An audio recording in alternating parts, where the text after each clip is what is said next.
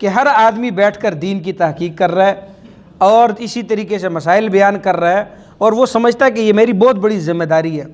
اگر آپ اس کو اپنی ذمہ داری سمجھتے ہیں تو پھر ایک اصول کے تحت آئیں، اس کو پڑھیں، اس کو سمجھیں، بنیادی قواعد سمجھیں، اور یہ جو 8-10 سال کا ایک پروسیس ہے یہاں سے نکلیں، پھر اس کے بعد آپ اس ذمہ داری کو نبھائیں۔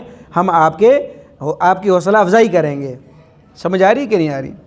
اور اگر خدا نہ خواستہ کوئی عطائی اس طرح بیٹھ جائے تو اس کی کوئی حکومت لیول پہ افزائی ہوگی، اس کی حوصلہ افزائی کرے گا کوئی؟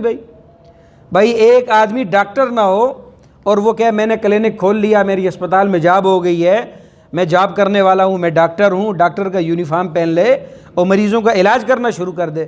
مریضوں کا علاج کرنا، بیماروں کا علاج کرنا، یہ خدمت ہے کہ نہیں ہے دین کی؟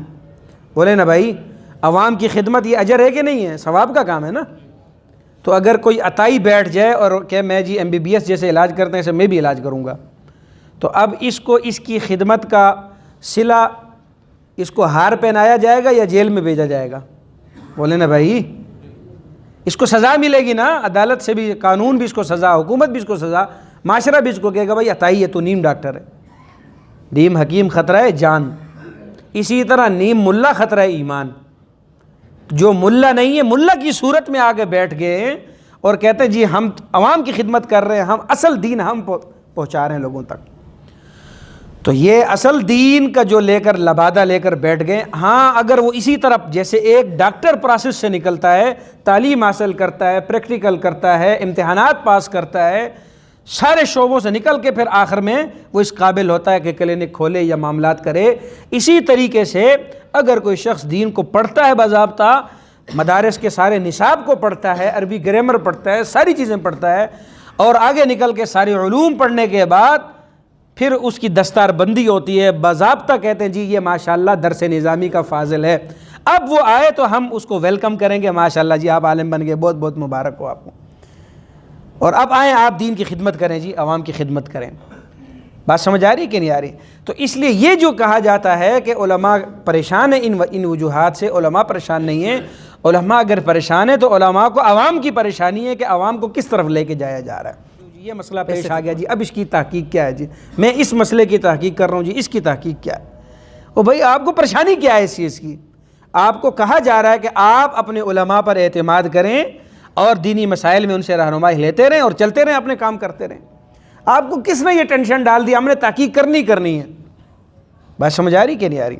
اور جن حضرات کی تحقیقات آج کل چل رہی ہیں، جتنے لوگ بیٹھے نا ہم محقق ہیں، میں نے عرض کیا کہ ان کی تحقیق بھی 400-500 سال پیچھے جا کے ختم ہو جاتی ہے۔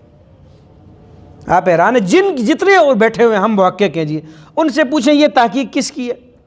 سب سے پہلے ہمارے افسوس کہ ہمارے غیر مقلدین طبقہ جو ہے نا، غیر مقلدین حضرات، ہمارے اہل حدیث حضرات، سب سے پہلے انہوں نے یہ 100-150 سال پہلے شور مچایا کہ ہمیں تحقیق کرنی چاہیے، ہمیں تقلید نہیں کرنی چاہیے ائمہ مجتہدین کی۔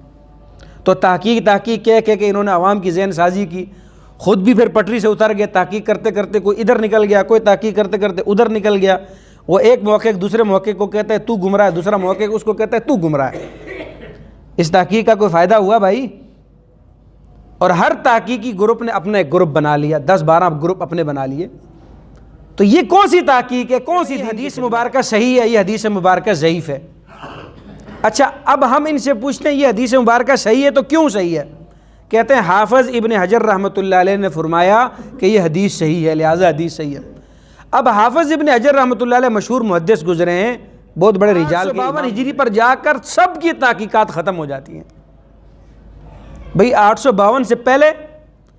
اور امام ابن حجر سے آپ نے پوچھا ہے کہ یہ حدیث آپ اس کو صحیح کہہ رہے ہیں تو صحیح کس بنیاد پہ کہہ رہے ہیں، ضعیف کہہ رہے ہیں تو کس بنیاد پہ کہہ رہے ہیں؟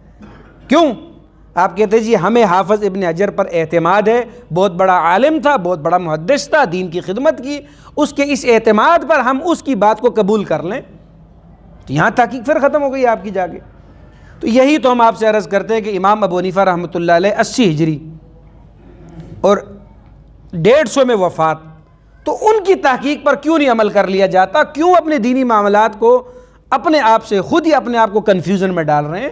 اپنے دنیاوی معاملات میں چلتے رہیں اور جو اپنے اسلاف تئمہ ان پر اعتماد کر کے چلتے رہیں، آپ کو دین کی کسی بھی حوالے سے انشاءاللہ پریشانی نہیں ہوگی۔ لیکن اگر خود محقق بنتے رہے تو خدا نخواستہ آج جس طرح کوئی حدیث کا انکار کر رہا ہے، کوئی غامدی بن رہا ہے، کوئی پرویزی بن رہا ہے، کوئی پتہ نہیں کیا بن رہا ہے، آج کل ایک دو نئے اور آگے مارکیٹ میں نئے وہ کہتے ہیں جی مہدی کا ظہور ہو گیا ہے، یہ محمد بن قاسم مہدی آ گیا ہے جی، نعوذ باللہ من ذالک۔ تو یہ ایسے لوگ پھر شتونگڑے سوشل میڈیا پہ آتے رہیں گے۔